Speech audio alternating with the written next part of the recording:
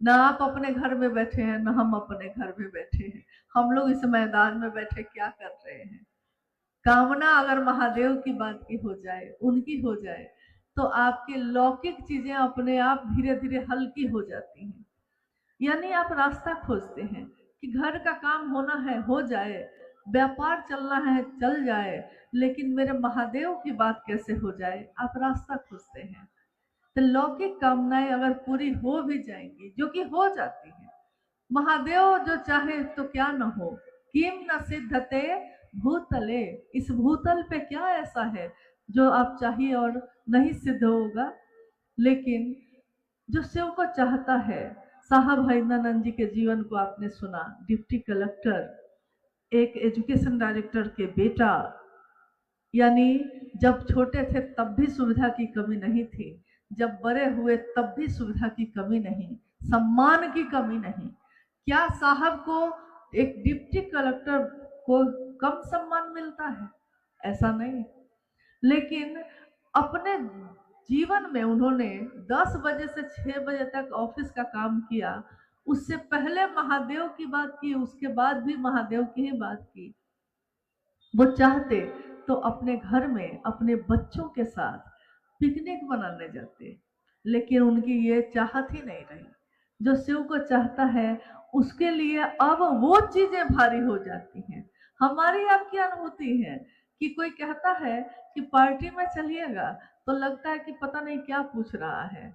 और अगर कहीं लग गया कि जाना पड़ जाएगा, तो 10 तरह के बहाने बनाते हैं कि नहीं जाना पड़े, क्योंकि लगता है कि कितने पागल लोग हैं, अपना समय बर्बाद कर रहे हैं। देखिए, दृष्टि बदल गई, सोच बदल गई, तो कितनी चीजें बदल गई। पिकनिक मनाना गलत नहीं है, लेकिन ऐसा भारी हुआ है महादेव का भाव, शिव का भाव, गुरु का भाव इतना भारी हो गया कि जगत की सारी चीजें हल्की हो गई। जो आपके पास है, आप आज उसको भी भोगने के लिए अपने घर में नहीं बैठते। जो आपके पास है, टीवी लगा है, टीवी देखने का समय नहीं है, ऑन ही नहीं होता है, लगा हुआ है। यानी भोग तो है, भोगा नहीं, भोग की इच्छा ही खत्म हो गई। भोग एक समय ऐसा था कि भोग था और हम आप भुक्त थे। यानी गाड़ी खरीदे हैं तो गाड़ी की देखभाल में लगे हैं, घर बनाया है तो दीवार में दाग नहीं लग जाए इसके कोशिश में है, कपड़ा खरीदा है तो खोंच नहीं लग जाए, फट नहीं जाए, खराब ना हो जाए, इसकी कोशिश में है। गहना खरीदा है पहनने के लिए, लेकिन तिजोरी से चोरी ना हो जाए, इसकी कोशिश में है। लेकिन धीरे धीरे क्या हुआ, भोग था, भुक्त थे, मतलब भोग ही अब हमको भोग रहा था। साहब ने बस इतना कहा, महादेव को गुरु बनाओ और ये 3 सूत्र करना। इन 3 सूत्रों ने क्या कमाल किया है कि अब भोग है और भोगने की इच्छा ही नहीं होती है। लौकिक कामना शिव का शिष्य क्या मांगेगा? उसके जीवन में क्या कामना ऐसी है जो वो चाहेगा? अब है पारलौकिक। पारलौकिक यानी कुछ ऐसा वरदान मिल जाए, कुछ ऐसी चीज हो जाए, मोक्ष मिल जाए मुझको, जीवन और मृत्यु के चक्र से छुटकारा मिले। बहुत कष्ट है इस धरती पे, कष्ट तो है, ये बात सही है, बहुत कष्ट है। शरीर व्याधियों का घर है, ये दुनिया, यहाँ खुशियां हैं कम, बेशुमार है कम, सच है ये। लेकिन शिव के शिष्य की बात हो रही है, इसमें जिज्ञासा है शिव के शिष्य के लिए। तो शिव का शिष्य पारलौकिक कामना यानी मोक्ष की कामना करेगा कि हाँ, जीवन और मृत्यु से हमको छुटकारा मिले, तेरा हूं तुझ में मिल जाऊं। शिव तुमसे आए थे महादेव, आप ही में मिल जाए, मामला खत्म हो। यह भी एक दिन साहब ने पूछा कि क्या शिव का शिष्य मोक्ष की कामना भी करता है? तो सारे लोग शांत हो गए, सबको समझ में नहीं आया कि इसका जवाब क्या दें। तो साहब ने कहा कि अरे, जिसके गुरु का काम बाकी होगा वो क्या चाहेगा कि मामला खत्म करके शिव में मिल जाए, बात खत्म हो जाए, तो कमवा कौन करेगा? आए हैं एक गुरु भाई हम लोग के, जो देवघर के रहने वाले हैं, रामदेव जी। तो साहब ने इनको बुलाया और पूछा कि रामदेव ये बताओ, नहीं नीचे, वहां नीचे में कुछ लोगों के साथ ये बात कर रहे थे। तो लोगों ने पूछा कि बताइए कि शिष्य क्या करता है, गुरु क्या करते हैं, तो शिष्य का क्या काम है। तो इन्होंने अपने सरल सहज स्वभाव के अनुसार जवाब दिया उन लोगों को। कहा कि अरे गुरु जी को सब्जी लाना होगा तो शिष्य को न भेजेंगे, गुरु जी को कपड़ा लाना होगा तो शिष्य को न भेजेंगे। देखिए इनकी अपनी जो उस समय बातचीत थी। साहब ये सुन के खूब हंसे। तो उन्होंने कहा कि अगर सारा शिष्य गुरु में मिल ही जाएगा, शिव ही हो जाएगा, तो काम कौन करेगा। इसीलिए हमको मोक्ष की भी कामना नहीं है। हम जन्म लेते रहे, जाते रहे, आते रहे और महादेव महादेव करते रहे। न भोग की कामना है, न मोक्ष की कामना है। यह कामना ही खत्म हो गई। जब शिव की कामना हो गई तो ये कामना ही खत्म हो गई।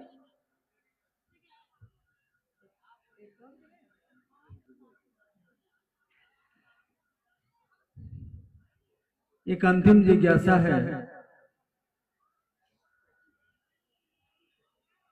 नमः शिवाय जप करने नहीं आ रहा है,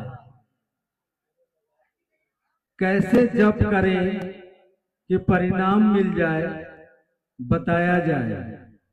एक जिज्ञासा और है इसमें इनकी कि 16 वर्ष हो गए शिव को गुरु बनाए हुए और कष्ट कम नहीं हो रहा है, क्या करें। तो इसका तो उत्तर आपने सुन लिया है। अभी कष्ट कम नहीं हो रहे हैं तो लक्ष्य यानी कष्ट ही है। महादेव पे थोड़ा छोड़िए टेंशन, थोड़ा महादेव को भी दीजिए। खुद ही सारा तनाव लेने की जरूरत नहीं है। जिस दिन आप अपने शरीर की बीमारी को भी कह देते हैं कि पूरा का पूरा हम नहीं भोगेंगे, तुमको आधा तुम भोगो आधा हम भोगेंगे, तब दुख सीधे कम हो जाते हैं। हालांकि महादेव की दया हो, महादेव की असीम दया से आपके कष्ट कम हो। अब है जिज्ञासा ये कि नमः शिवाय से नमन कैसे करें। नमः शिवाय से नमन करने की बात है। हालांकि शिव शिष्यता में नमन एक प्रक्रिया है, एक ऐसी प्रक्रिया जो दूर क्षितिज तक जाती है। ये साहब के वाक्य हैं। उन्होंने कहा कि शिव को नमन करना एक लंबी यात्रा है, एक लंबी सड़क है जो दूर तक जाती है। सरल शब्दों में समझिए कि तीनों सूत्रों में नमन का जो सूत्र है वो तीसरा सूत्र है। लेकिन ये सूत्र जब बना तो साहब ने जब शिव को गुरु बनाया था 1974 में, उसके अगले ही साल यानी 1975 में मुजफ्फरपुर के तुर्की नामक स्थान पे अपने पिता के क्वार्टर में साहब बैठे हैं। पिता उनके वहीं पे टीचर ट्रेनिंग कॉलेज जो है उसके प्रिंसिपल थे उस समय। अहाते में साहब बैठे हैं आम के पेड़ के नीचे और शांत माहौल में, कहीं कुछ भी नहीं है और एक हवा का झोंका आया है। हवा का झोंका आया तो नमः उसके साथ सांस पे चढ़ा और उतरा तो शिवाय उतर गया। और ये घटना जब हुई तो साहब ने बताया कि जिस दिन ये बात हुई मेरे साथ तो मैं अकबका के खड़ा हो गया। और हमेशा आपके जीवन में ऐसा होता है कि जब अचानक कोई घटना हो जाए तो आपके मुख से आपकी अपनी जो भाषा है, देखिए अपना होने का कहाँ कहाँ क्या क्या उदाहरण है, अपनी भाषा ही निकलती है। तो उन्होंने कहा कि एक भारत का रहने वाला इंग्लैंड चला गया और इंग्लैंड जब रहने लगा तो हर बात इंग्लिश में बोले, हर बात अंग्रेजी में बोले। और एक दिन सीढ़ी से उतरते समय पैर फिसल गया तो वो जब नीचे गिरने लगा तो वो चिल्लाया माई गे माई। तो अंग्रेज लोग को लगा कि क्या बोला तो पता चला कि भोजपुर का रहने वाला है। हाँ, तो ऊपर से हम कितना भी बदल लें लेकिन अंदर से वही निकलता है। जब कोई कष्ट हो, जब कोई अकबका जाए, कोई घटना अचानक हो जाए, सदमा लग जाए। तो साहब ने कहा कि जब मेरे साथ ये घटना उस समय हुई तो मेरे मुंह से, वो लॉ कॉलेज पटना में कानून की पढ़ाई करते थे उस समय, लेकिन उनके मुख से निकला अरे रे रे एकरे तक खोजत रहनी। उनकी माँ जो आंगन में थी उन्होंने पूछा कि बउआ का भुलाइल रहे जे मिल गई। इन्होंने कहा कमरे की चाबी इनके हाथ में थी, छूट के नीचे गिर गई हड़बड़ाहट में जो खड़े हुए। तो इन्होंने कहा कि चाबी भुलाइल रहे, मिल गई। साहब ने कहा कि माँ को तो मैंने कह दिया कि चाबी, यानी उन्होंने समझा। देखिए यहाँ भी साहब ने क्या कहा, लेकिन उनकी माँ ने क्या समझा। उन्होंने समझा कि कमरा की चाबी, लेकिन साहब ने क्या कहा, चाबी भुलाइल रहे, मिल गई। शिव को गुरु तो बना लिया था, लेकिन उस गुरु से ज्ञान कैसे आएगा और हम उससे जुड़ेंगे कैसे, ये नहीं आता था उनको, ये नहीं पता चल पा रहा था। और उस दिन हवा के झोंके के साथ साविधि, विधि के साथ, यानी सांस पे चढ़ाना है और उतारना है, ये विधि है। नमः शिवाय पे बात हो रही है, ये विधि है शिव के पंचाक्षर मंत्र नमः शिवाय को करने का। यानी सांस पे नमः चढ़ेगा, सांस अंदर गई तो शिव को प्रणाम, और शिवाय, शिव को प्रणाम जो तरीका है वो सांसों के माध्यम से उस दिन हुआ। और जब 3 सूत्रों का निरूपण साहब ने किया तो तीसरे सूत्र पे नमन को रखा, क्योंकि उन्होंने अपने जीवन की घटनाओं को निचोड़ करके और तब इन 3 सूत्रों का निरूपण किया कि ये आपकी मदद करते हैं महादेव तक जाने में, मदद करते हैं, लेकिन मंजिल नहीं है, मदद करते हैं, आप मंजिल तक पहुंचिए। तो अभी चूंकि जिज्ञासा है नमः शिवाय पे, तो नमः शिवाय मंत्र एक ऐसा मंत्र है जो हमारे भारतवर्ष में प्राचीन समय से माला करने की विधि भी रही है। यानी 108 की माला पे नमन करने का तरीका, वो रुद्राक्ष की माला भी हो सकती है, वो कमल गट्टे की माला भी होती है, कोई तुलसी की माला पे करता है। जिसका जो इष्ट है, जिसका जो आराध्य है, उससे जुड़े हुई चीज पे करता है। शिव के लिए हमेशा से रुद्राक्ष की माला का ही प्रयोग होता आया है, क्योंकि ये माना भी गया है कि इसके बारे में कहा गया है कि रुद्र के अक्ष से, यानी शिव के आंसुओं से पैदा हुआ ये वृक्ष है, इसलिए उसका नाम एक है रुद्राक्ष, शिव के आंसू इसका अर्थ होता है। तो एक ये प्रक्रिया जो है प्राचीन समय से है, सारे लोग हमारे पूर्वज, उनके पूर्वज भी माला पे नमन करते रहे हैं। अजप जप भी प्राचीन समय से रहा है, लेकिन उस पे नमः चढ़ा के सिवाय उतारना, ये अजपा जप जो शिव के शिष्यों के लिए साहब ने कहा है, ये विधि आज तक कभी नहीं थी। आपने सुना है प्राचीन ग्रंथों में लिखा है कि शिव गुरु है, ज्ञान मिच्छेद तू शंकरात्, ज्ञान देने के कारण तू शंकर है, संभवे गुरुवे नमः, हे शंभो तुम गुरु हो, तुमको प्रणाम है, तुम त्रिभुवन गुरु वेद बखाना, तुम तीनों लोगों के, तीनों भवनों के तुम गुरु हो, ये भी है उसमें। लेकिन ये भी है कि शिव के कुछ शिष्य पहले भी हुए, यानी जिक्र दोनों है, गुरु भी पहले से पता है कि शिव है, और कुछ शिष्य भी हुए उनके, ये भी ग्रंथ बताते हैं। लेकिन क्या आज तक किसी ग्रंथ में कहीं भी किसी ने ये पढ़ा है या लिखा है किसी ने कि कैसे बना जाता है? ये तरीका नहीं लिखा है। गुरु है, शिष्य भी हुए, लेकिन गुरु शिव को बनाने के लिए तरीका क्या होता है, ये तरीका, ये प्रक्रिया, ये कहीं नहीं लिखा है।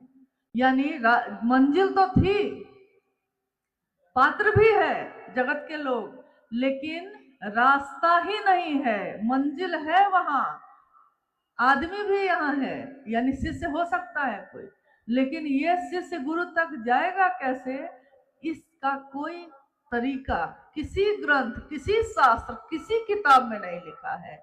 ये पहली बार इस कालखंड में साहब श्री हरिंद्रानंद जी ने इस तरीके को भी, जो आज तक गोपनीय रहा लोगों के लिए, इस मंत्र को भी, इस तरीके को भी सबके लिए किया, सबको दिया, महादेव गुरु हैं और हर व्यक्ति उनका शिष्य हो सकता है।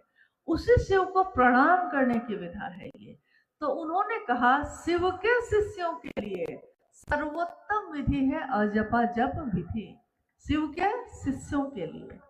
अब है कि वो शिव का शिष्य जगत में भी रहता है, तो लौकिक कष्ट अगर ज्यादा हो जाते हैं तो अभी मन बहुत जुड़ा नहीं है महादेव से, तो लौकिक कष्ट जब बढ़ जाते हैं तो वो कहता है महादेव से भी कुछ नहीं मिला, छोड़ो, महादेव को भी छोड़ देते हैं। तो थोड़ा तो उसके कष्ट को कम करना होगा महादेव को। इसके लिए उन्होंने कहा कि 24 घंटे में, यानी एक दिवा काल में 24 घंटे में एक बार 108 की माला पे नमः शिवाय से मंत्रानुक्रम से, यानी मंत्र के अनुक्रम, एक दाना पे नमः शिवाय मन में शिव को प्रणाम करने का भाव, फिर अगला दाना, फिर अगला दाना, यानी मंत्र अनुक्रम से एक के बाद एक। इसका सांसों से कोई लेना देना नहीं है, क्योंकि कभी कभी कुछ लोग ऐसा भी किए कि मंत्र जो जपे ना तो माला पे एक दाना और सांस पे चढ़ाए, और साहब ने कहा कि अगर दनवा टूट गया तब क्या होगा, सांस तो अंदर रह जाएगी। तो खैर एक दाना आगे बढ़ाया तो सांस पे चढ़ा लिया। तो साहब ने कहा कि भाई दो नाव पे एक साथ सवारी नहीं की जाती है, यानी दोनों के तरीके अलग अलग हैं। माला पे नमन करने का तरीका अलग है, अजपा जप यानी सांसों पे करने का तरीका अलग है। सांसों पे जो मंत्र जपे जाते हैं वो ईश्वर प्राप्ति के लिए होते हैं, और ईश्वर प्राप्ति के लिए जो मंत्र जपे जाते हैं वो संपूर्ण जीवन भर चलता है। इसलिए सबसे सुंदर तरीका है सांसों की माला, यानी इसकी माला कब शुरू होती है और कब खत्म होती है। जन्म लेते शुरू और जब शरीर की मौत होगी तो खत्म। पूरा जीवन हर सांस उस शिव को प्रणाम हो जाए, ये सबसे सुंदर तरीका है। श्वास श्वास पे नाम ले, वृथा श्वास मत खो, क्या जाने इस श्वास का फिर आना हो न हो। क्या पता इस श्वास का फिर जो सांस आई है तो निकलेगी कि नहीं, और जो निकली है तो फिर आएगी कि नहीं, क्या पता ऐसा होगा कि नहीं। तो उन्होंने कहा कि सबसे सुंदर तरीका यही है। ध्यान अगर भटक जाए तो छोड़ दीजिए। आपने सुना टुकड़े टुकड़े में भी आप कर सकते हैं। आज तक में किसी ने ये साहस नहीं किया शिव के प्राण मंत्र को टुकड़े टुकड़े में कर देने का, नहीं कर सकते आप। लेकिन ये प्रेम अधिकार कैसा लाता है, ये शिव से उनका प्रेम कैसा है कि उन्होंने अपने गुरु से लड़ के इसको तोड़ा है। उन्होंने कहा कि लोग नहीं कर पा रहे तो आप होंगे महादेव, लेकिन आपको महादेव बन के नहीं लोगों तक आना है, आपको उनका गुरु बन के आना है। गुरु अपने शिष्य के जो उसका मानसिक स्तर है, जो वो समझ सकता है, उस स्तर पे आकर और तब ज्ञान देने की जिम्मेदारी वहन करनी पड़ती है। इसलिए अजपा जप सबसे सुंदर विधि है। नमः शिवाय पे आप कर सकते हैं। कैसे कर सकते हैं ये जिज्ञासा थी ना। हाँ, तो माला का जो है नमन करने का वो, और अजपा जप करने का वो, ये दोनों तरीका ये है। लेकिन शिव के शिष्यों के लिए सर्वोत्तम तरीका है अजपा जप। शिष्यानुभूति अगर आप पढ़ेंगे या आपने पढ़ा होगा तो उसमें ये लिखा है। लेकिन अगर 24 घंटे में एक माला भी आप कर ले तो ज़्यादा बेहतर है। हुआ ये कुछ ऐसा कि जब लोग आने लगे उस समय साहब से मिलने, तो जो आते सो कहते साहब से कि नमन नहीं हो रहा है हमसे, ध्यान भटक जाता है।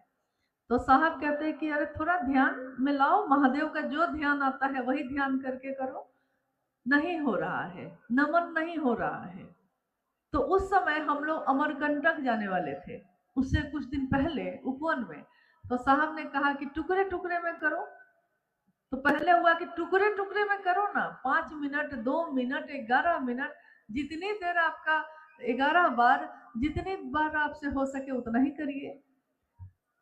धीरे धीरे लोगों के बीच ये बात फैल गई कि हाँ साहब ने कहा है टुकड़े टुकड़े में भी कर सकते हैं। तो लोगों ने माला पे करना छोड़ दिया। यानी आराम जब मिलने लगता है तो हम चाहते हैं कि और आराम मिले। तो एक माला करना भारी लग रहा था, साहब ने तो कह ही दिया कि माला पे कर लो, माला नहीं हो रहा है तो सांस पे कर लो, सांस में भी भटक जा रहे हैं तो टुकड़े टुकड़े में कर लो। आराम मिलता चला गया, मिलता चला गया। फिर उसके बाद जो लोग आए तो उन लोगों ने साहब से कहा कि साहब टुकड़े टुकड़े में भी नहीं होता है। तब साहब बिगड़ गए। उन्होंने कहा कि विद्यार्थी को ना ज्यादा छूट देना ठीक नहीं है, इसीलिए 24 घंटा में एक माला भी करनी पड़ेगी और टुकड़े टुकड़े में नमः शिवाय सांस पे भी करना पड़ेगा। चलो अब दोनों करो, बहुत आराम हो गया। तो उसके बाद से फिर से हम लोग करने लगे। देखिए प्रणाम करना भी महादेव को हमारा मन ही करता है। मन जिस रंग में रंगाता है उसी रंग का हो जाता है। जाते तो हैं हम लोग बहुत दूसरी दूसरी बात सुन के सोच के, यही आते समय पता नहीं आपके मन में उस समय क्या क्या रहा होगा, मेरे मन में क्या क्या रहा होगा।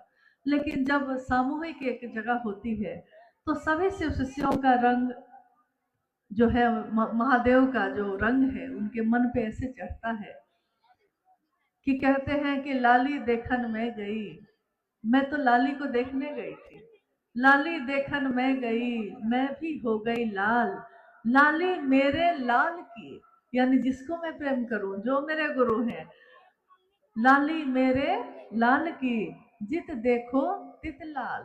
हर जगह वही दिखाई देता है जो मेरे मन में है। मन का ही प्रतिबिंब यह जगत है, जो आपके मन में है वही एक दिन मूर्त रूप लेता है।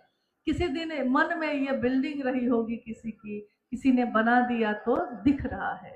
मन की चीजें दिखती नहीं है, लेकिन अगर मन में पैदा ना हो तो सामने वो साकार रूप भी नहीं लेती है। महादेव हम सबके जीवन में उतर रहे हैं, उतरते रहे। हम उनके शिष्य बनकर जो हो सकता है उनके लिए करें, और शायद महादेव के शिष्य बने कि नहीं बने, बनेंगे कि नहीं बने, महादेव मुझको शिष्य समझेंगे कि नहीं समझेंगे, क्या कैसे पता चलेगा कि महादेव मेरे गुरु हैं। ऐसी कितनी जिज्ञासा, ऐसे कितने प्रश्न हमारे मन में हमेशा उठते हैं, तो हम नहीं जानते कि ये कैसे पता चलता है।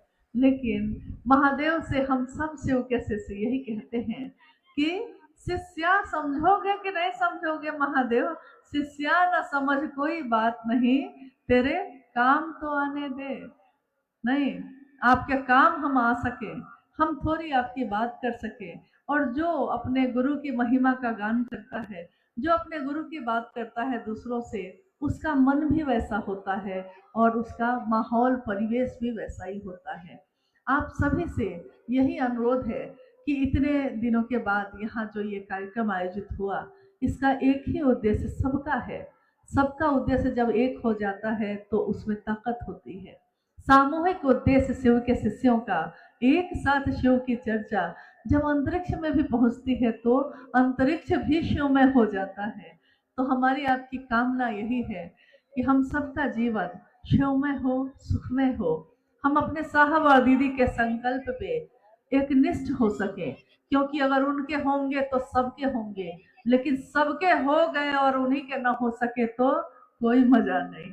इसलिए होना है तो उनका होइए जिन्होंने शिव तक पहुंचने का रास्ता बनाया है, किसी और ने नहीं बनाया था। हमारे जीवन में बहुत भैया है, बहुत दीदी है, सबको प्रणाम है, सबका धन्यवाद है। जिसने व्यथा दिया उसका भी धन्यवाद है, जिसने प्रेम और सम्मान दिया उसका भी धन्यवाद है। लेकिन ये धन्यवाद करते करते हम लोग कहीं महादेव को न भूल जाएं।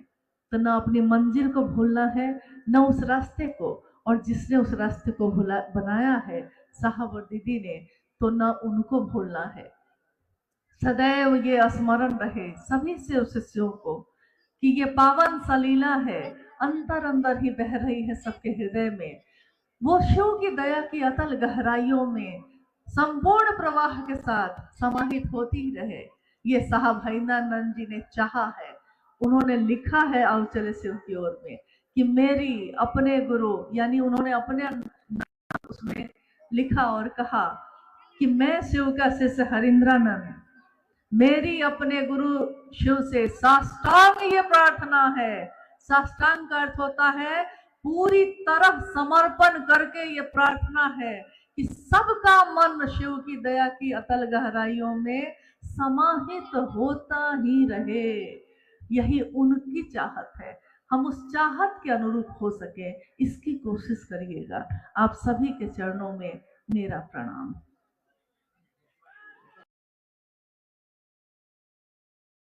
मेरे गुरु महेश्वर शिव को मेरा प्रणाम है। इस कालखंड के प्रथम शिव के शिष्य और हम सबों के परम आदरणीय साहब श्री हरिंद्रानंद जी, जो हम सबों का सौभाग्य है यहाँ उपस्थित हैं, उनके चरणों में मेरा प्रणाम है। उनकी शक्ति दीदी नीलमानंद, सभी शिव शिष्यों के तरफ से, हम सबों के तरफ से उनको प्रणाम है। और चेन्नई के इस प्रथम शिव गुरु महोत्सव में उपस्थित आप सभी गुरु भाई और गुरु बहन के चरणों में मेरा प्रणाम है। प्रथम मैंने इसलिए कहा क्योंकि कहा जाता है कि जिसका आगाज अच्छा हो उसका अंजाम भी उतना ही सुंदर होता है।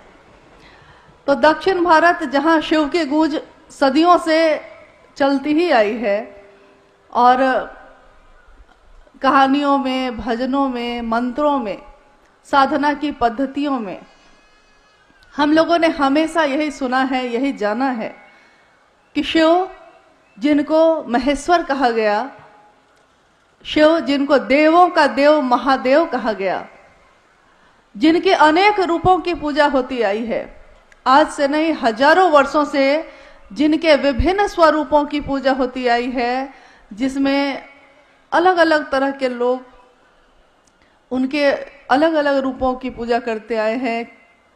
कुछ लोग महाकाल के रूप में पूजित करते आए उनको, कुछ लोग महायोगेश्वर के रूप में, कुछ लोगों ने महाओढ़रेश्वर, कुछ ने कपालिक किसी ने महा शमशानी के रूप में पूजा है, तो किसी ने निहंगी और उमा के पति के रूप में पूजा है। यानी हमारे इस दुनिया में, हमारे समाज में, हमारे परिवार में और व्यक्तिगत हम में हमेशा से ये रहा है कि शिव की पूजा होती आई। पूजा कौन करता है? कहा जाता है कि पूजा मन करता है हमारा। मन ही किसी से जुड़ता है, मन ही किसी को छोड़ देता है। यानी पूजा में भी हमारे मन का शामिल होना बहुत जरूरी है। आपने सुना भी होगा कि मंत्र की, अगर किसी मंत्र का उच्चारण कोई करता हो तो घर में बुजुर्ग कहते हैं, अरे मन में थोड़ा ध्यान लगाइए, यानी कि मन को थोड़ा उस देवी या देवता की तरफ ले जाइए जिसके श्लोक की आप लगातार जिसको पढ़ रहे हैं, जप रहे हैं। यानी मन ही किसी से जुड़ता है और मन ही किसी से नहीं जुड़ता। सबसे जरूरी यही आज तक हम लोगों ने समझा कि मन जिसको अपना समझता है, जिसकी परवाह करता है, हम मेरा है ये तो मैं उसकी परवाह करता हूँ, मेरा नहीं है तो मैं उसकी परवाह नहीं करता। इसी मैदान में जब शुरू में यहाँ का फोटो भेजा गया था तो यहाँ क्या था? चारों तरफ बड़ी बड़ी झाड़ियाँ थी, घास थे उगे हुए। आज जब आपके गुरु शिव का महोत्सव यहाँ हुआ तो आपने इसी जगह को कितने सुंदर ढंग से साफ सुथरा करके सजा दिया है। मेरे गुरु शिव का महोत्सव है आज, तो इस जगह को सजा दिया। कल को फिर आप नहीं आएंगे देखने। क्यों नहीं आएंगे? क्योंकि आपको लगेगा कि ये मेरा तो था ही नहीं, ये मेरा है ही नहीं। मेरा घर मेरा है, उसकी सफाई हम करते हैं, उसकी देखभाल हम करते हैं। मेरा परिवार, मेरे बच्चे, मेरा पति, मेरी पत्नी, मेरे माँ बाप, यानी जिस भी चीज से मेरा जुड़ा है, मेरी संपत्ति, मेरी जमीन, जिस चीज से भी मेरा जुड़ा हुआ है उसके प्रति हमारा मन परवाह करता है। और ये परवाह आपके लक्षण दिखाई दे जाते हैं कि आप कितनी परवाह किसकी करते हैं। हमारे ही समाज में, हमारे ही परिवार में ऐसे कितने लोग हैं, एक माँ के बच्चे हैं, एक माँ की संतान है, लेकिन जब बड़े होते हैं और संपत्ति का बंटवारा होने लगे तो क्या होता है, मन से भाई के प्रति भाव ही खत्म हो जाता है। एकदम पक्के दुश्मन नजर आने लगते हैं उस समय। संपत्ति, चीजें, ये सब चीजें इतनी ज्यादा प्रभावी हो जाती हैं कि मन से भाई का भाव खत्म हो जाता है, और जिस दिन ये भाव खत्म हो जाता है हम उसकी परवाह करना भी छोड़ देते हैं। माता पिता बुजुर्ग हो जाएं और जिन्होंने पूरा जीवन हम लोगों को दे दिया हमारी उन्नति के लिए, हमारे परिवारजन के लिए, आज जब वो बूढ़े हो जाते हैं तो हमारे पास उनके लिए समय नहीं होता, मन से भाव खत्म हो जाते हैं, तो पता चलता है कि माँ माँ है, पिता पिता हैं, ये भी याद नहीं रहता। तो वो शिव जो हजारों हजार साल से पूजित तो हुआ, घर घर में जिसकी पूजा हुई, शिवलिंग पे जिसके प्रतिदिन न जाने कितने जगहों पे जल का अर्पण किया जाता है, नमः शिवाय मंत्र की गूंज हर जगह होती है, और उनके महामृत्युंजय मंत्र ओम त्र्यंबकम यजामहे कितने जगहों पे, मंदिरों में, घरों में उसके जप होते हैं। लेकिन हम लोगों ने कभी ये नहीं सोचा कि हम जिसकी उपासना करते हैं, हम जिसकी पूजा करते हैं, उसके प्रति हमारा मन कितना जुड़ा हुआ है। क्योंकि पूजा पे भी हम बैठते हैं तो हमारा मन कहाँ होता है। आप सुबह सुबह नहा के पूजा जब करने जाते हैं तो क्या सही में उसी देवता या उसी भगवान, उसी शिव के प्रति आपका मन पूरी तरह समर्पित होता है? आप नहाए हैं, आपने पूजा की सामग्री ली है, आप बैठे हैं, लेकिन आपका मन कहाँ भटक रहा है? किसी का तो भटक रहा है कि रसोई में क्या बन रहा है, किसी का तो ये कि जितनी जल्दी हो अगरबत्ती दिखाते हैं और चल देते हैं क्योंकि दुकान खोलना है, किसी की ट्रेन छूट रही है, किसी की बस छूट रही है। ऐसी स्थिति में और ऐसे युग में खड़े हैं हम जहां हमारा मन बेचैन बेचैन है, हर तरफ शोरगुल है, हर तरफ बेचैनी है, कहीं मन शांत नहीं होता। तो अब प्रश्न ये उठता है कि तब हम लोग ऐसी कौन सी साधना करें, ऐसे कौन से मंत्रों का जप करें जिससे हमारा मन उस शिव की तरफ चल सके। तो मंत्रों का जप करने बैठते हैं, मन भटक जाता है, साधना करने बैठते हैं, मन भटक जाता है, यहाँ तक कि हम योग और उपासना करने बैठते हैं तब भी मन भटक जाता है। लेकिन एक बात आपने गौर की होगी, अगर हम किसी से बात करते हों, अगर हम किसी से बातचीत करते हैं किसी भी विषय पे, तो उतनी देर तक हमारा मन उसी विषय पे लगा रहता है, चाहे वो व्यापार हो, चाहे वो पैसा हो, चाहे वो खेती हो, चाहे वो घर की कोई समस्या हो। अगर किसी एक विषय पे हमने बातचीत शुरू कर दी है, यहाँ तक कि आपने देखा होगा कि अगर राजनीति पे बात शुरू हो गई तो धीरे धीरे आसपास के सारे लोग उसमें शामिल हो जाते हैं। अगर क्रिकेट का मौसम है, क्रिकेट की बात हो रही है, सारे लोग उसमें शामिल हो जाते हैं। यानी अगर कोई एक व्यक्ति सही नियत से किसी एक विषय की बात करना शुरू करता है और अगर उस बात में ताकत है तो वो आसपास के सारे लोगों को खींच लेता है। इसी तरह जब हम शिव की बात भी करना शुरू करते हैं तो एक तो खुद हमारा मन उस शिव की दिशा में फोकस होने लगता है, केंद्रित होने लगता है, और जिससे हम बात कर रहे हैं सामने वाला वो भी धीरे धीरे शिव के तरफ उसका मन होने लगता है। यहाँ तक कि मैं और वो जो बात कर रहे हैं तो आसपास के लोग भी धीरे धीरे रुक के सुनने लगते हैं कि क्या बात हो रही है, क्या बात आखिर कर रहे हैं ये लोग, ये क्या है 3 सूत्र, ये क्या है शिव को गुरु मानने की पद्धति। क्योंकि शिव के जगत गुरु स्वरूप की बात कोई नई बात तो नहीं है, ये हजारों, जब से ये दुनिया है, जब से उस शिव ने इच्छा की और सृष्टि सृष्टि हुई तब से ये दुनिया कायम है और तब से शिव के सारे रूप भी कायम हैं। लेकिन अगर कोई बहुत अच्छा डॉक्टर हो और हम उससे दिखाने ही नहीं जाए तो उस डॉक्टर की कोई गलती नहीं होती, हम में बीमारी है और हम जाते ही नहीं दिखाने। यहाँ तक कि अगर दूसरे कहते भी हैं कि अमुक डॉक्टर बहुत अच्छा है, जरा आप वहाँ क्यों नहीं दिखा लेते, तो हम सोचते हैं कि अच्छा उसने कहा है कभी दिखा लेंगे, या फिर क्यों दिखाएं, उसके कहने पे क्यों दिखाएं, तो नहीं जाते। इसमें उस डॉक्टर की कोई गलती नहीं, गलती तो हमारी है कि हमने सुना भी, जाना भी, लेकिन हम गए नहीं। बहुत सुंदर कोई स्कूल है और हम अपने बच्चे को भेजेंगे ही नहीं, तो न तो उस स्कूल का कोई दोष है, न तो उस स्कूल में पढ़ाने वाले शिक्षकों का कोई दोष है। दोष उसका है जिसने सुना तो है, जाना तो है, लेकिन समझ के भी वहां गया नहीं। शिव गुरु है, जगत के गुरु हैं। ये आज हम और आप नहीं कह रहे हैं, ये तो हमारे ग्रंथों में लिखा है, हमारे उपनिषदों में लिखा है, शास्त्रों में लिखा है कि वो विश्व गुरु हैं, वो आदि गुरु हैं, प्रथम गुरु। और उनसे सुंदर, उनसे बड़ा न तो कोई है, जिसकी पूजा देव भी करते हैं, जिसकी पूजा जीव जंतु भी करते हैं, यहाँ तक कि पशु भी जिसकी पूजा करते हैं, क्योंकि महादेव पशुपति नाथ भी कहलाए। वो महादेव हमारे आपके जैसे सामान्य लोगों का गुरु हो सकता है। इससे बड़ी बात, इससे असाधारण घटना इस जीवन में, इस दुनिया में नहीं घट सकती। क्योंकि आज तक हम लोगों ने तो यही सुना था, जाना था और समझा भी यही था कि वो शिव ईश्वर है, बहुत दूर है उसकी सत्ता, बहुत ऊपर है वो। और हम कहाँ, बहुत साधारण लोग, हमारे पास है क्या? न हमसे मंत्र जप होता है, न हमारा मन केंद्रित होता है, न हमें संस्कृत आती है, न तो हमें बहुत सुंदर कोई बात आती है। तो वो शिव मेरा नजदीकी कैसे हो सकता है?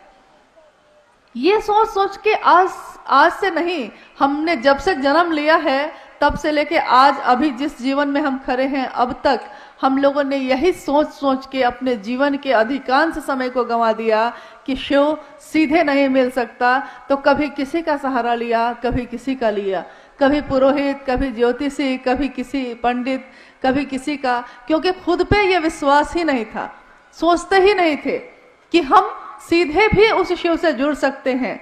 इसी काल में आप कहेंगे कि आखिर किसी व्यक्ति का नाम क्यों लिया जाता है जब शिव की बात हो। लेकिन आपने सुना होगा, शिव की पूजा जिसने भी की, शिव की भक्ति जिसने भी की, शिव का शिष्य जो भी हुआ, शिव उसी के नाम से प्रसिद्ध हुए। यहाँ तक कि उनके बड़े बड़े मंदिर भी अपने भक्तों के नाम से हैं। शिव अपने शिष्यों से जाने जाते हैं, शिव अपने भक्तों से जाने जाते हैं। तो आज के इस अभी के युग में एक व्यक्ति का जन्म हुआ जिनके बारे में आपने अभी सुना थोड़ी देर पहले। मंडल सर कह रहे थे कि शिव की शिष्यता की पृष्ठभूमि क्या है, उसकी व्याप्ति क्या है, उसका उद्देश्य क्या है, क्योंकि हर काम को करने के पीछे एक कारण होता है। तो वो व्यक्ति जिनका नाम, जिसको हम लोग प्यार से अभी कह रहे हैं वरेण्य गुरु भ्राता साहब श्री हरिंदानंद जी, उनके जीवन में बहुत सी घटनाएं होती चली गई, हमारे आपके जीवन में भी होती हैं। लेकिन आपने सुना होगा कि सेब तो रोज गिरा था, न्यूटन को ही क्यों दिखाई दिया कि सेब नीचे क्यों गिरता है? आप कहेंगे कि हमने भी देखा था, आपने भी देखा था, देखा तो सबने था, लेकिन जिसने लोगों को बताया, नाम तो आज उसी का आता है। तो शिव गुरु हैं, विश्व गुरु हैं, जगत गुरु हैं, आदि गुरु हैं, प्रथम गुरु हैं, देवों के देव हैं। ये हमने सुना है, कहानियों में पढ़ा है, अपने बुजुर्गों से सुना है, मंत्रों के जप में सुना है, लेकिन आज तक हम लोगों ने न तो ये समझा न किसी और को बताया। तो जब साहब श्री हरिंदानंद जी के जीवन में कुछ ऐसी घटनाएं हुई जिससे उनका मन ये सोच के कि शिव, जब गुरु के बारे में कहा जाता है कि गुरु साक्षात पर ब्रह्मा, तो वो पर ब्रह्मा यानी शिव, ईश्वर, शिव, वही गुरु क्यों नहीं हो सकता? क्योंकि हम लोगों ने आज तक यही सुना था कि गुरुर ब्रह्मा गुरुर विष्णु गुरुर देवो महेश्वर, गुरुर साक्षात पर ब्रह्मा गुरुर देवो महेश्वर। गुरु भगवान होता है, गुरु महेश्वर है, तो वो महेश्वर, वो शिव खुद गुरु क्यों नहीं हो सकता? ये सोच कर ही साहब श्री हरिंदानंद जी ने शिव को गुरु बना लिया। और उससे पहले वो जितनी भी साधनाएं उन्होंने की थी, चाहे वो शमशान की साधना हो या योग हो या मंत्रों का जप हो, सब कुछ छोड़ दिया और कहा कि शिव अब मेरे गुरु हैं और अब जो करेंगे वही करेंगे। बाद की घटनाओं में, बाद के समय में ऐसी ऐसी बातें होती चली गई जिससे ये अनुभूत हुआ उन्हें कि नहीं, शिव सिर्फ नाम के नहीं, ये तो काम के भी गुरु हैं। शिव जिस तरह ईश्वर के रूप में हमारी आपकी पुकार सुनते हैं, हमारी मन्नतें पूरी करते हैं, हमारे उपवास और हमारे सोमवार के व्रत का फल भी मिल जाता है। वो शिव गुरु के रूप में हमें ज्ञान भी देते हैं और जीवन जीने की कला भी सिखाते हैं। क्योंकि अगर आपके पास संपत्ति बहुत हो, ज्ञान ही नहीं हो उस संपत्ति को चलाने का, तो वो संपत्ति बेकार हो जाती है। कहा भी जाता है कि आप अपने बच्चे को संपत्ति दे सकते हैं, पैसा दे सकते हैं, लेकिन अगर आपका बच्चा, आप कितने भी बड़े विद्वान हो, आप ही का बच्चा आपसे अगर ज्ञान नहीं लेना चाहेगा, तो ज्ञान ऐसी चीज है जिसको आप जबरदस्ती किसी को नहीं दे सकते। चीजें दे सकते हैं, संपत्ति दे सकते हैं और अपना सब कुछ दे सकते हैं, लेकिन ज्ञान नहीं दे सकते। इसीलिए हमारे पूर्वजों में हमेशा यह कहा जाता था, या अभी भी कहा जाता है, कि गुरुमुख हुए कि नहीं आप, यानी गुरु के तरफ आपका मन हुआ कि नहीं। और अगर हमारे पास सबसे सुंदर विकल्प हो, आप सुन रहे थे अभी भजन में, बोलो सत्यम शिवम, बोलो बोलो तुम सुंदरम, यानी अगर सत्य शिव है, अगर सुंदर शिव है और वो शिव सबसे अच्छा है, हमको आपको प्राप्त हो सकता है, तो क्यों नहीं हमारे आपके जैसे साधारण लोग हैं, लेकिन हम उस शिव की राह में चलें। क्यों हम भटकते हैं कहीं और? क्योंकि कोई अगर शरीर में गुरु है तो हो सकता है आज वो है, कल नहीं रहेगा, लेकिन शिव के बारे में हम लोगों ने कभी नहीं सुना कि शिव ने कभी जन्म लिया हो और शिव की कभी मौत हो गई हो। ऐसा नहीं सुना हम लोगों ने, और ऐसा होने वाला है भी नहीं। तो क्यों नहीं उसी शिव को अपना गुरु बनाए। हमने अपने जीवन में सब कुछ सुंदर होना चाहा, सब कुछ अच्छा प्राप्त करना चाहा, लेकिन हो नहीं सका। हमेशा चाहा कि सबसे अच्छा हो, सबसे ज्यादा संपत्ति वाले होते, सबसे सुंदर होते, हमेशा अच्छा होता मेरा। लेकिन सोचते कुछ हैं, आज अभी बहुत सुंदर कुछ हो रहा है, अगले पल पता चलता है कि तबीयत बिगड़ गई है और हॉस्पिटल में आप नजर आ रहे हैं। अगले ही पल मेरा शरीर है, मेरा दिल है, मेरा दिमाग है, अगले पल में क्या सोचने वाला है, अगले पल में धड़केगा या नहीं धड़केगा, यहाँ तक कि मेरे रगों में बहने वाला खून का भी प्रेशर बढ़ेगा कि घटेगा, इस पे भी हमारा नियंत्रण नहीं। हमारे शरीर पे तो हमारा नियंत्रण ही नहीं, हमारी सांसों पे तो हमारा नियंत्रण ही नहीं, तो हम आखिर किस अहंकार में जिए जा रहे हैं? जब सब कुछ उस शिव की दया से प्राप्त है, तो क्यों नहीं उस शिव का नाम ले। हमने अपने जीवन में सबका नाम लिया है, हमने अपने जीवन में सबके लिए किया है, यहाँ तक कि अपने जीवन के हर संबंध के लिए समय निकाला है, चाहे वो मेरा बच्चा हो, चाहे वो मेरे पति हो, चाहे वो मेरे माँ बाप हो, चाहे वो मेरे दोस्त हो या संबंधी या पड़ोसी हो। यहाँ तक कि अनजान लोग भी अगर मुसीबत में पड़े होते हैं तो हम उनके लिए भी समय निकाल लेते हैं। लेकिन दुर्भाग्य कैसा है कि शिव की जगत में ही हम शिव के नाम का प्रचार करने की मुहिम में जुटे हैं। इससे बड़ा दुर्भाग्य हमारे आपके लिए नहीं हो सकता कि शिव गुरु हैं, ज्ञान देते हैं, ये बताना पड़ता है, ये समझाना पड़ता है। लेकिन चलिए, ये भी सौभाग्य हमारा है कि हमें ये सौभाग्य इस जीवन में मिला कि हम उस शिव के लिए कुछ तो कर सकेंगे। जिसने सब कुछ दिया है उसके लिए हम अगर थोड़ा भी कर सकें, अगर मेरे इस बोलने से, मेरे इस जीवन में कुछ भी ऐसा करने से कुछ लोग अगर शिव की दिशा में चलने लगते हैं, तो इससे बड़ा सौभाग्य एक शिव के शिष्य के लिए कुछ भी नहीं हो सकता। शिव का शिष्य अपने गुरु के लिए कुछ नहीं दे सकता, क्योंकि वो शिव शरीर में दिखाई नहीं देता। न तो उसको आपके किसी भी वस्तु की चाह है, न तो उसको आपके रुपए पैसे की चाह है, न तो प्रसाद का भोग ही खाता है वो तो निहंगी शमशानी मदमस्त शिव है। हमारे गुरु हैं वो, और गुरु जैसा होता है शिष्य भी वैसा ही होता है। आपने देखा होगा कि हमारे जीवन में कुछ ऐसी घटनाएं होती हैं कि किसी ने कुछ कह दिया है, हम उस बात को भूल नहीं पाते, हमारा मन उसी बात पे टिका रहता है कि उसने ऐसा क्यों कहा। दुखी हैं हम, मन ही मन दुखी हैं, जबकि दुख का कोई कारण नहीं है। जिसके लिए सोचना था उसके लिए नहीं सोचा, जिसके लिए नहीं सोचना था उसी पे सोचे चले जा रहे हैं। तो जब भी आपका मन बेचैन हो, जब भी आपका मन अशांत हो, यह 3 सूत्र आपके बड़े काम आएंगे। और ये हम नहीं कहते, हम लोग ये कहने नहीं आए हैं कि नहीं नहीं आप करिए ही, ये तो एक जांच का विषय है, आप परीक्षा कर सकते हैं, आप करके देख सकते हैं। अगर आपको लगे कि नहीं इसका कोई परिणाम नहीं है तो आप स्वतंत्र हैं नहीं करने को। लेकिन अगर आपको लगता है कि शिव का नाम लेने का परिणाम है तो उस शिव को भूलिएगा मत। इस शिव के कार्य में हमारी आपकी सहभागिता यही रहेगी कि हमने क्या किया है। पूरी दुनिया ने सब कुछ किया शिव के लिए, लेकिन मैंने क्या किया, ये मुझको थोड़ा विचार करना होगा, थोड़ा रुकना होगा। हर व्यक्ति शिव का नाम ले रहा है, शिव से प्राप्त कर रहा है, लेकिन उस शिव के प्रति कृतज्ञता ही नहीं है, कोई एहसान ही याद नहीं है, तो हम कैसे शिव की संतान, या हम कैसे शिव के शिष्य, या कैसे हम भक्त। यानी आइए आज हम लोग थोड़ी देर में उन साहब श्री हरिनानंद जी की बात सुनेंगे जिन्होंने अपने जीवन में, वो ज्वाइंट सेक्रेटरी कैबिनेट बिहार सरकार से अवकाश प्राप्त एक प्रशासनिक पदाधिकारी रहे। उनके परिवार के में भी शिक्षा का ही माहौल रहा। उस माहौल में एक ऐसी संतान बन के वो निकले जिन्होंने अपने जीवन, लौकिक जीवन में तो अपना जो चरम था उसको देखा ही, पारलौकिक जीवन में भी लोगों का एक जो आवेश पैदा करना होता है, एक जो संदेश देना होता है। क्योंकि हमको भी कुछ मिलता है, लेकिन हम में से कितने लोग ऐसे हैं जो कुछ बढ़िया मिला हो तो चाहते हो कि दूसरे को भी थोड़ा बांट दें। इस जगत में, इस दुनिया में हर व्यक्ति इसी चाह में चलता है कि कौन मुझको जान ले, कौन कहाँ मेरी स्थापना हो जाए, मैं ही गुरु क्यों नहीं बन जाऊं, क्यों नहीं ये सारे लोग मेरे ही शिष्य बन जाएं। ऐसे जगत में शिव के शिष्य भी आए हैं जिन्होंने कहा है कि जब वो जगत गुरु शिव स्वयं गुरु है तो क्यों नहीं हमारे आपके जैसे लोग उनको गुरु मानते हैं। कहाँ कहाँ भटकते रहेंगे और कब तक भटकते रहेंगे।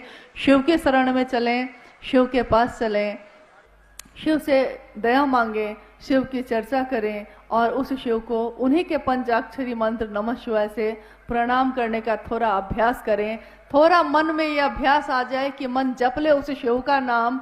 कहा जाता है कि सांसों की माला पे, सांसों की माला जन्म से शुरू होती है और मौत के साथ खत्म हो जाती है। उन सांसों की माला पे जप लूं मैं शिव का नाम।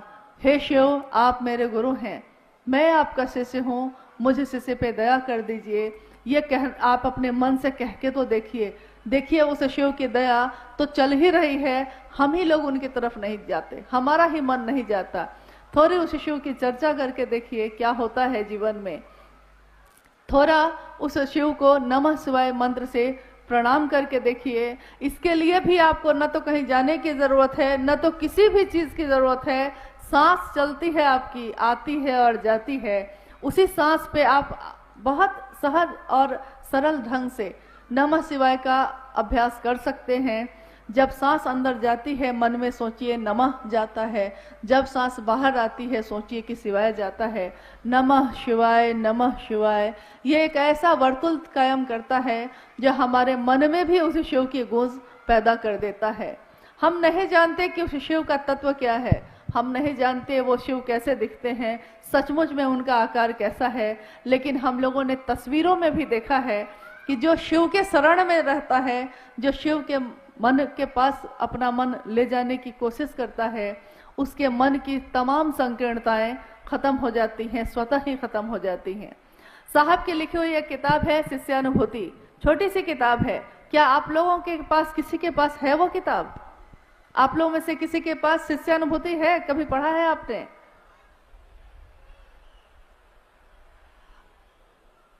नहीं है क्या? नहीं मिली, किसी को नहीं मिली। उसमें शिष्यानुभूति का अर्थ ही होता है एक शिष्य की अनुभूति। और आपको सुन के अच्छा ही लगेगा कि उसका मूल्य यही है। मूल्य के आगे लिखा हुआ है आपका शिव का शिष्य होना। आप शिव के शिष्य हो जाएं, यही उस किताब का मूल्य है। एक शिष्य की अनुभूति के बदले में हम और इससे ज्यादा कुछ नहीं दे सकते। तो उसमें लिखा है साहब ने कि शिव भाव के शिखर की तलहटी में ही समस्त संकीर्णताएं तिरोहित हो जाती हैं। ये जो हमारी दुनिया बटी हुई है जाति, धर्म, संप्रदाय, लिंग, वर्ण और भेदों से, ये सारे भेद स्वतः ही खत्म हो जाते हैं जब हम शिव की बात करते हैं। आपने देखा होगा सावन के समय में हम लोग सोचते हैं कि शिव के लिए जल लेके चले, सारे लोग एक साथ चलते हैं। नमः शिवाय बोल बम बोलते हुए और एक साथ शिव के भजन, शिव के गीत गाते हुए चलते हैं। हम भूल जाते हैं कि हम किस जाति के हैं, हम भूल जाते हैं कि हम किस संप्रदाय, कहाँ के हैं, कैसे हैं, क्या रंग रूप है हमारा, अमीर है या गरीब है। थोड़े दिनों की यात्रा में अगर शिव की गूंज होती है, शिव का नाम लेते हैं, तो हमारे मन की ये सारी संकीर्णताएं खत्म हो जाती हैं। सोचिए अगर पूरे जीवन में ये गूंज हो जाए, पूरे जीवन के पल प्रतिपल और हर सांसों में उस शिव को नमन हो जाए, तो क्या नहीं हो सकता। एक शिव के शिष्य के लिए कुछ भी असंभव नहीं है। मानव ही ऐसा है जो जीव से शिव हो सकता है, जिसमें एक संभावना है।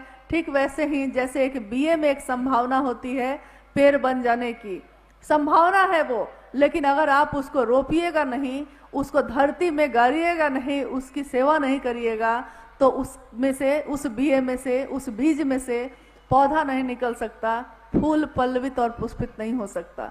शिव का प्रेम भी हम में, आप में जन्मजात ही पैदा होने के साथ ही है, लेकिन हम लोग उस शिव के प्रेम को भूल गए हैं। आइए इस शिव गुरु महोत्सव के माध्यम से, शिव की बात के माध्यम से हम अपने मन में बड़े उस बीए को थोड़ा सिंचित करें, थोड़ा सींचे, अपने मन के भाव से, अपने विचारों से, अपनी बोली से, अपने प्रणाम से, ताकि हमारे मन में भी शिव की शिष्यता पल्लवित हो, पुष्पित हो और हमारा आपका जीवन भी शिवमय हो।